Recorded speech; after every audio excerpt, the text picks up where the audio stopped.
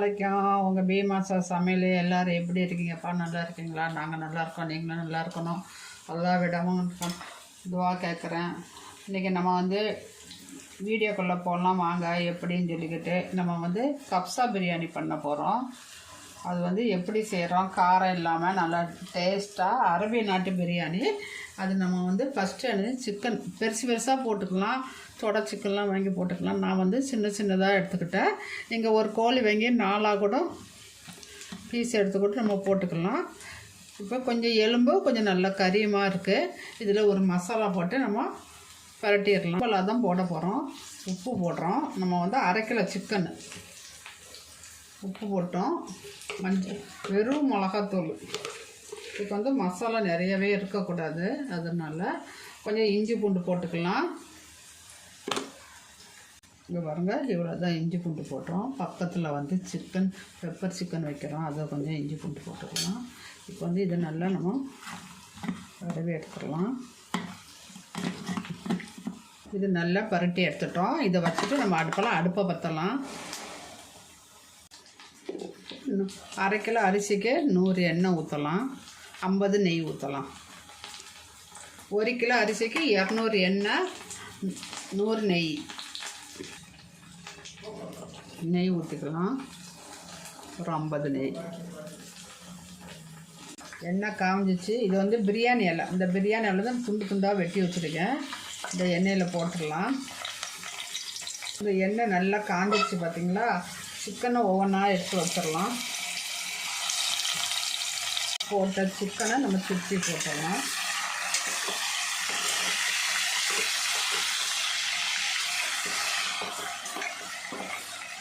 எண்ணெய், நெய், அந்த ரொம்ப எல்லாம் போட்டோம். அதுதான் பிரியாணி இலை. அது போட்டு நல்லா சூப்பராக இருக்கும் இந்த பொரிச்சு எடுக்கிறது. இப்போ சிக்கனை நம்ம எடுத்துடலாம். வெந்துடுச்சு.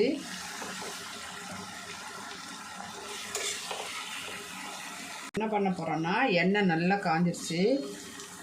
அந்த பொரிச்ச எண்ணெயே நிறைய இருக்குது பாருங்கள். ஒரு இஞ்சி துண்டை 4 வெட்டி போட்டுட்டேன். ஒரு பூண்டு, ஒரு காஞ்ச எலுமிச்சப்பழம், அதை ஒரு ஓட்டை போட்டுக்கிட்டேன். ஒரு பச்சை மிளகா, பிரிஞ்சி இலை, பட்டை, ஏலக்காய், கிராம்பு, ஜீரகம்.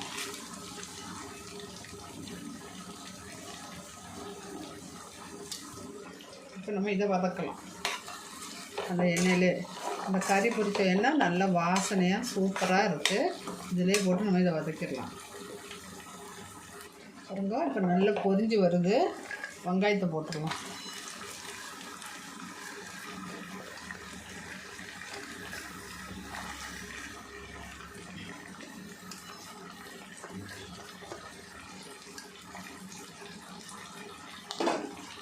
வெங்காயம் போட்டுட்டோம். நல்லா வதக்கிடலாம்.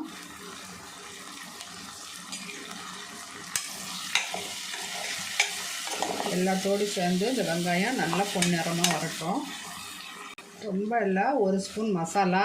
ஆனால் இஞ்சி பூண்டு போட்டிருக்கேன். நம்ம ஊரில் அந்த இஞ்சி பூண்டு வாசனை இருந்தால் தான் நமக்கு பிடிக்கும். ஆனால் கப்சாவுக்கு போட மாட்டாங்க இஞ்சி பூண்டு. முழுசாக தான் போடுவாங்க. இருந்தாலும் நம்ம கொஞ்சோண்டு போட்டுக்கிட்டு கொஞ்சோண்டு அரைச்சது போட்டோம். இப்போ மல்லி எல்லாம், புதினா, இதை கருவேப்பிலை போட்டு போடலாம்.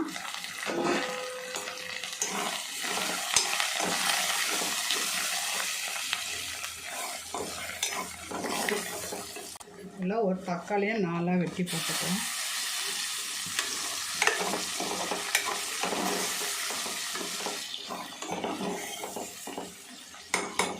ஒரு 1/2 ஸ்பூன் பிரியாணி மசாலா போட்டுக்கலாம். இது நம்ம வீட்டில் தயாரித்தது. நம்ம ஜீரகம் போட்டுட்டோம், மிளகு போட்டுட்டோம். எல்லாம் வறுத்து பொடிச்சு கூட போட்டுக்கலாம். இப்போ 2 கிளாஸ் அரிசிக்கு 4 கிளாஸ் தண்ணி ஊற்ற போகிறோம். தண்ணி கொதிக்கட்டும். உப்பு போட்டுக்கலாம். சிக்கனில் ஏற்கனவே உப்பு போட்டிருக்கோம். இப்போ நம்ம உப்பு போட்டிருக்கோம். கொதித்த பிறகு பார்த்துட்டு போட்டுக்கலாம். பாருங்க, தண்ணி நல்லா கொதிச்சிருச்சு. அரிசி போட்டுக்கலாம்.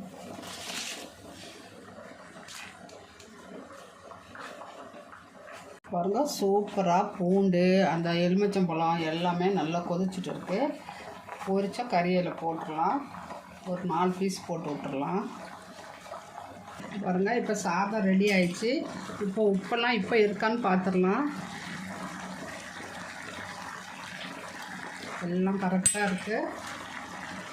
இப்போ இந்த சிக்கன் இதில் வச்சு